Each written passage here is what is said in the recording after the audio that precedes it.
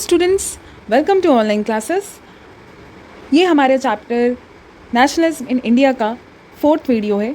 इससे पहले वाली 3 वीडियोस को देखने के लिए आप नीचे दिए गए लिंक पर क्लिक करके, डिस्क्रिप्शन बॉक्स में उसके लिंक दिए हुए हैं, आप उस पर क्लिक करके देख सकते हैं।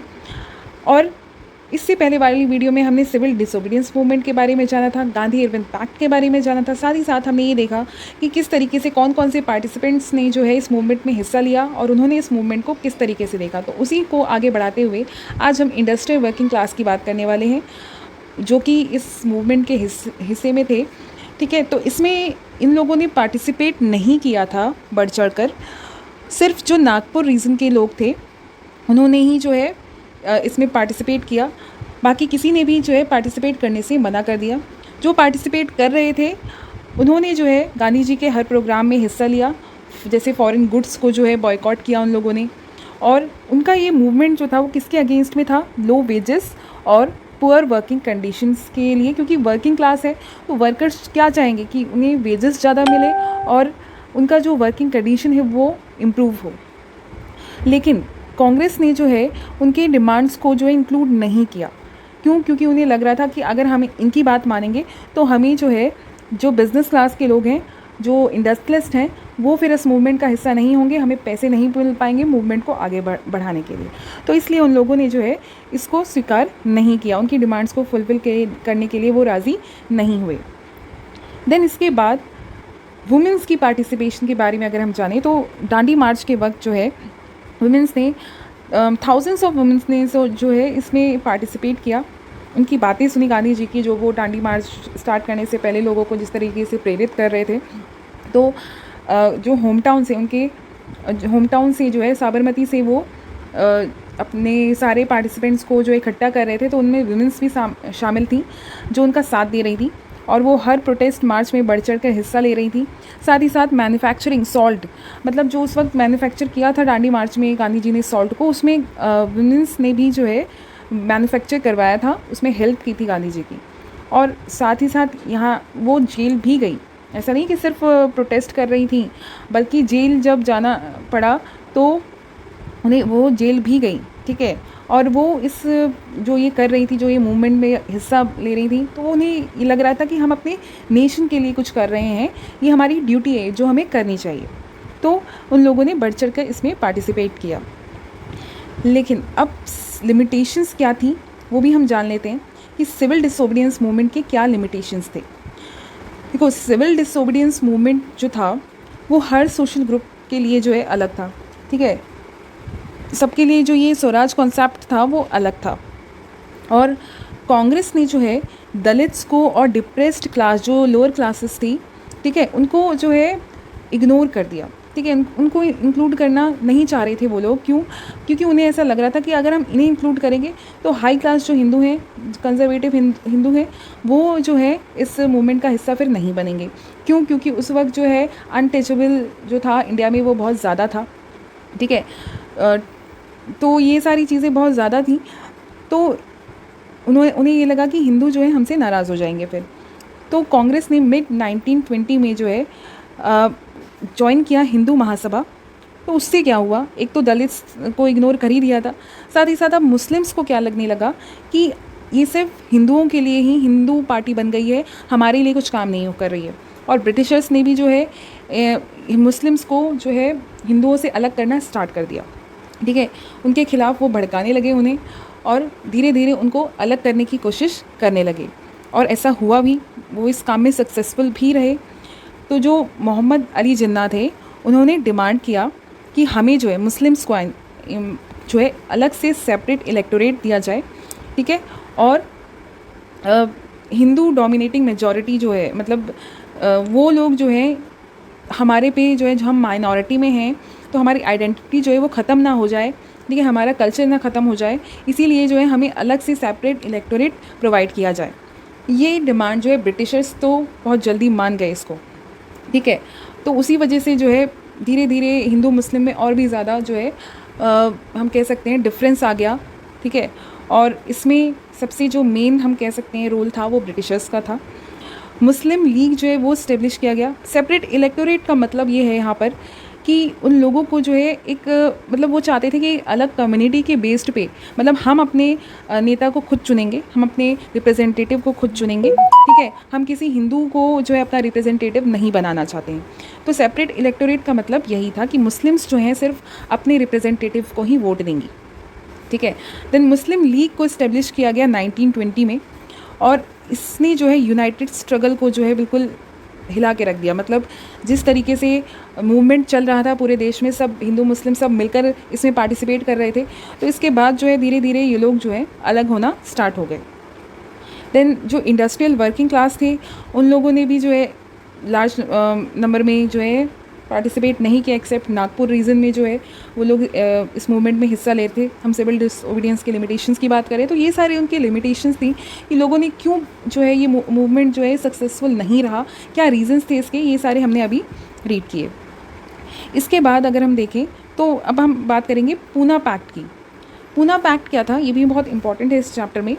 पूना पैक्ट जो था वो डॉक्टर बी.आर. अम्बेडकर ने नॉमिनेट किया था।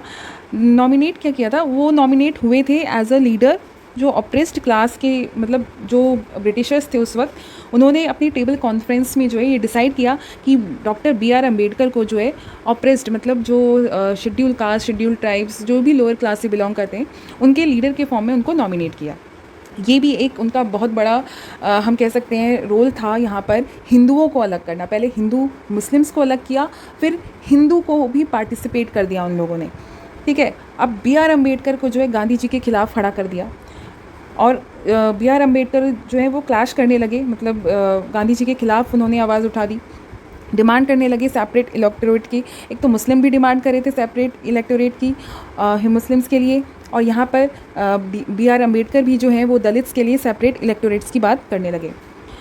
तो ब्रिटिशर्स की यहाँ चाल सक्सेसफुल रही, उन्होंने तो अम्बेडकर की डिमांड को एक्सेप्ट कर लिया, लेकिन गांधी जी ने जो है ये सोचा कि ये जो हो रहा है ये सब जो है हिंदुओं को अलग करने के लिए प्रोसेस चल रहा है, ठीक है। तो उन्होंने फास्ट रख लिया कि जब तक मरूंगा नहीं तब तक मैं फास्ट पे रहूँगा, ठीक है, ये डिमांड लेकिन फुलफ़िल नहीं करने देंगे। तो उनका ये सोच रहे थे कि सेपरेट इलेक्टोरेट से क्या हो जाएगा, इंटीग्रेशन ऑफ सोसाइटी का जो प्रोसेस है वो ख़त्म हो जाएगा। मतलब इंटीग्रेशन ऑफ सोसाइटी मतलब लोगों को साथ में लाकर एक साथ एकजुट रखना, वो नहीं हो पाएगा, वो मोटिव फुलफ़िल उनका नहीं हो पाएगा, ऐसा वो सोच रहे थे। तो उसके बाद क्या हुआ, ये चीज़ उनकी चली नहीं, लेकिन गांधी जी जो है इसमें सक्सेसफुल नहीं हो पाए। तो एक जो है पूना एक्ट साइन किया गया, ठीक है, जिसमें ये गांधी जी और बी.आर. अम्बेडकर के बीच में जो है ये एक्ट साइन हुआ। उन्होंने एक प्रपोज़ल रखा, और ये साइन कब हुआ था, सितंबर 1932 में, जिसमें जो है डिप्रेस्ड क्लास, मतलब जो भी लोअर क्लास के लोग थे, उन्हें रिजर्व्ड सीट दी गई प्रोविंशियल और सेंट्रल लेजिस्लेटिव काउंसिल जो था उस वक्त, ठीक है। तो उन लोगों को भी जो है वो उनको जो है रिप्रेजेंटेटिव के फॉर्म में खड़ा किया गया, ठीक है। प्रोविंशियल मतलब स्टेट वाइज, और सेंट्रल गवर्नमेंट लेजिस्लेटिव काउंसिल में भी जो है उनको रिजर्व्ड सीट दी गई। लेकिन जनरल इलेक्टोरेट मतलब सेपरेट इलेक्टोरेट जो है उनके लिए नहीं किया गया, ठीक है। मतलब एक बात जो है गांधी जी की मानी गई और एक बात बी.आर. अम्बेडकर की मानी गई।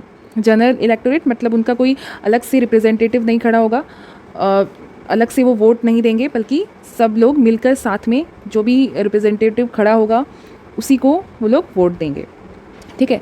तो ये सब हुआ पूना पैक्ट के अंदर, जिसमें दलित्स को और जो लोअर क्लास से बिलोंग करते थे उनको जो है रिज़र्व सीट्स दी गई। और ये भी जो है ब्रिटिशर्स का एक बहुत बड़ा हम कह सकते हैं, इसमें उनका हम रोल कह सकते हैं कि उन लोगों ने किस तरीके से हिंदुओं को डिवाइड कर दिया, अपने ही लोगों को अपने खिलाफ खड़ा करवा दिया, ठीक है। उन्हें भड़काकर, उन्हें जो है तोड़कर आपस में जो है उन लोगों ने, उनका ये मोटिव जो है वो फुलफिल हो गया। देन लास्ट है इसमें आपका, लास्ट टॉपिक है आपका इस चैप्टर में, the sense of collective belonging. जो कलेक्टिव बिलोंगिंग का मतलब कि किस तरीके से लोगों के अंदर ये भावना, नेशनलिज्म की भावना क्रिएट हो पाई, ये फीलिंग जो है जनरेट हो पाई, उसका रीज़न क्या था। उसका ये रीज़न था यूनाइटेड स्ट्रगल, सब मिलकर स्ट्रगल कर रहे थे। ऐसा नहीं है कि सिर्फ लोअर कास्ट या अपर कास्ट के लोग या रिच और पुअर, सभी जो लोग जो थे वो इस नेशनलिज्म के मूवमेंट में पार्टिसिपेट कर रहे थे। भले ही उनका मोटिव अलग अलग था, लेकिन हम कैसे उनका मतलब हम ये कह देंगे मेन अगर मोटिव देखा जाए तो यही था कि कंट्री को हमें ब्रिटिशर्स से अलग करवाना है, उनसे छुटकारा पाना है। देन उसके बाद किस चीज़ ने जो है सपोर्ट किया, कल्चरल प्रोसेस, जैसे कि हिस्ट्री, फिक्शन, सॉन्ग्स जो है उस वक्त नेशनल मूवमेंट में इस तरीके से सॉन्ग्स क्रिएट किए गए, कहानियाँ लोगों को सुनाई गई, हिस्ट्री बताया गया कि हमारी हिस्ट्री में कितने अचीवमेंट्स हुए हैं। जैसे शिवाजी के हिस्ट्री, मतलब उनकी जो है किताबें लोग पढ़ते थे, ठीक है, उनकी बातें की जाती थी, ऐसे ही वीर गाथाएँ गाई जाती थी, ठीक है। साथ ही साथ सिंबल ऑफ भारत माता, वो भी जो है कलेक्टिव बिलोंगिंगनेस को फील करवाती है। और इसको जो है किसने बनाया था, बंकिम चंद्र चट्टोपाध्याय ने, और उन्होंने हमारा नेशनल सॉन्ग भी लिखा था, वंदे मातरम। तो ये सब जो है ये क्यों हो रहा था उस वक्त, ताकि लोगों को एकजुट किया जाए और अपने नेशनलिज्म की फीलिंग को क्रिएट किया जाए। तो और क्या, फोक सॉन्ग्स, पोएम्स जो है वो भी हो रहा था, मतलब लोक गीत और लोक पोएम जो है गा रहे थे, मतलब कवि जो थे वो अपने नेशन के बारे में लिख रहे थे, ठीक है। तो ये सारी चीज़ें हो रही थी। तो जो ब्रिटिशर्स थे वो इंडिया की हिस्ट्री को एकदम बैकवर्ड और इनकेपेबल समझते थे, ठीक है। लेकिन इंडिया वाले जो थे वो अपनी हिस्ट्री को ग्रेटेस्ट अचीवमेंट मानते थे कि किस तरीके से मुग़लों से जो है वो आज़ाद हुए, ठीक है। भले ही उन्होंने जो है यहाँ पे अलग सा रिलीजन क्रिएट कर दिया, ठीक है, हिंदुओं को वो लोग जो है ज़बरदस्ती जो है अपना रिलीजन उन्होंने लेने पर मजबूर कर दिया, लेकिन फिर भी किसी तरीके से भी हमने जो है मुग़लों से अपनी जान बचाई। और बहुत सारे जो वीर जवान थे, योद्धा थे, वो लोग जो है शहीद हुए थे। तो हिस्ट्री के लिए हम सभी को अपने हिस्ट्री पे गर्व है, ठीक है। तो ये ब्रिटिशर्स के लिए हमारे हिस्ट्री में कुछ नहीं था, लेकिन हमारे लिए तो बहुत कुछ था, ठीक है। तो आज के टाइम पे भी अगर हम देखते हैं किस तरीके से दंगे हो रहे हैं या होते हैं, तो हमें ये सोचना चाहिए कि हमारा नेशन जो है वो बहुत सारे रिलीजन से बना है, बहुत सारे डिफरेंट लोग रहते हैं, चाहे वो लोअर कास्ट से हो, अपर कास्ट से हो। हमें किसी की बात पे आकर ये नहीं सोच लेना चाहिए कि ये रिलीजन ख़राब है या फिर ये लोग ख़राब है, ठीक है। चाहे वो हिंदू हो, चाहे मुस्लिम हो, चाहे कोई भी हो, है तो हमारी कंट्री के हिस्से में ही। तो हमें जो है सबके लिए जो है एक ही फीलिंग रखनी चाहिए। किसी के बातों में आकर हम किसी कास्ट को, किसी के रिलीजन को गलत समझने लगें, जैसे ब्रिटिशर्स की बात को सुनकर मुस्लिम्स और हिंदू अलग हुए, फिर अपर कास्ट और लोअर कास्ट के बीच में लड़ाइयाँ हुई। तो हम जब तक अलग नहीं होंगे, हम एकजुट रहेंगे, तब तक हमें कोई अलग नहीं कर सकता, ठीक है। तो हिंदू मुस्लिम सब जो है एक जैसे हैं। ये कंट्री है ही मतलब इसी उससे जानी जाती है कि यहाँ पर सारे रिलीजन के लोग एक साथ मिलकर रहते हैं। तो हमें भी ऐसे ही रहना चाहिए। इन छोटी छोटी बातों को लेकर आपस में रिलीजियस वॉर करने से बेटर है कि हम अपनी कंट्री के प्रोग्रेस की बात करें। तो कुछ नेता ऐसे होते हैं, कुछ पॉलिटिशियंस जो होते हैं, वो अपनी वोटिंग के लिए जो है काफ़ी बार ऐसा करते हैं कि रिलीजन के बेसिस पे लोगों को लड़ाते हैं, कास्ट के बेसिस पे लड़ाते हैं। तो वो चीज़ गलत है। अगर आप एजुकेटेड हैं तो आपको सारी इन्फॉर्मेशन है कि आपको किस तरीके से रहना है, कैसे हम सब एक हैं, और ये सारी चीज़ें आपको दूसरों तक भी पहुंचानी चाहिए, ना कि उनकी बातों में आकर अपने ही लोगों को जो है गलत समझे, जो कि हो रहा है। तो हमें इसको रोकना है। हम सभी एक हैं। हमें इस तरीके से जो है अपनी ही कंट्री में अपने ही लोगों को अलग अलग नहीं समझना चाहिए। यहाँ से ये हमारी हिस्ट्री में ये पूरा बताया गया है कि किस तरीके से हम लोग अलग हुए, उसका रीज़न क्या था, हम आपस में ही लड़ने लगे थे, ठीक है। तो इन सब चीज़ों को हमें दोबारा से क्रिएट नहीं करना चाहिए, ताकि कोई तीसरा पर्सन जो है आकर उसका फ़ायदा उठा ले। तो यहाँ पर हमारे ये चैप्टर जो है वो एंड हुआ। आई होप इससे आपको जो है काफ़ी कुछ समझ में आया होगा कि हमारी हिस्ट्री में क्या था, किस तरीके से हमारे जो है जितने भी नेशनल मूवमेंट्स हुए, किसने स्ट्रगल किया है हम लोगों ने इस आज़ादी के लिए, ठीक है। फिर भी लास्ट में आज़ादी के बाद ही आज़ादी से पहले जो है हमारी कंट्री का पार्टीशन हो गया, जिसकी वजह से हम आज भी लड़ रहे हैं पाकिस्तान से, ठीक है। आज भी वो चीज़ें चल ही रही हैं, तो वो ख़त्म नहीं हुई हैं। तो हमें अपनी हिस्ट्री से सीखना चाहिए ताकि हम अपने फ्यूचर को बेटर बना सकें, ठीक है। तो आई होप कि ये चैप्टर आपको क्लियर हुआ होगा। अगर फिर भी आपको कोई डाउट हो तो आप कमेंट सेक्शन में हम मुझसे पूछ सकते हैं। और अगर आपको इस चैप्टर के नोट्स चाहिए तो आप नीचे दिए गए मेरे टेलीग्राम चैनल के लिंक पर क्लिक करके वहाँ से ये नोट्स ले सकते हैं। और अगर ये चैप्टर या ये वीडियो आपको पसंद आई हो तो प्लीज़ इसे लाइक, और आगे भी इससे रिलेटेड इन्फॉर्मेशन या फिर और भी चैप्टर से रिलेटेड इन्फॉर्मेशन जानने के लिए आप मेरे चैनल को सब्सक्राइब करना बिल्कुल मत भूलिएगा। Thank you. जय हिंद।